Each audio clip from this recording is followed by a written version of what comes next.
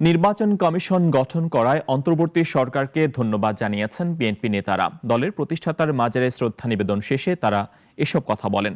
দ্রুত প্রয়োজনীয় সংস্কার করে গণতন্ত্রের দিকে যেতে নির্বাচনের দাবিও জানান তারা।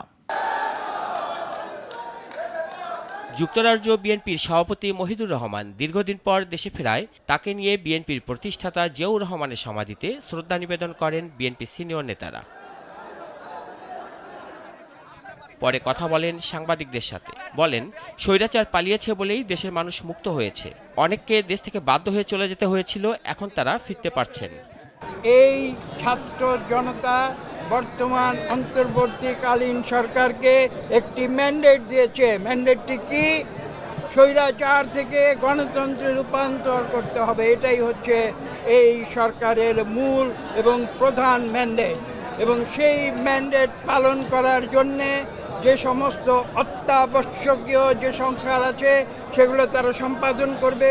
এবং আমি বলেছি তার একটি গুরুত্বপূর্ণ সংস্কার ছিল নির্বাচন কমিশন পুনর্গঠন। সেটা তারা করেছে এবং এর জন্য আমরা তাকে ধন্যবাদ জানাই। এদিকে জাতীয় প্রেস ক্লাবের সামনে আয়োজিত এক অবস্থান কর্মসূচিতে দলটির নেতারা বলেন, নির্বাচন বিলম্বিত হলে সমস্যা সৃষ্টি হতে পারে, কাজেই আর দেরি করা ঠিক হবে না।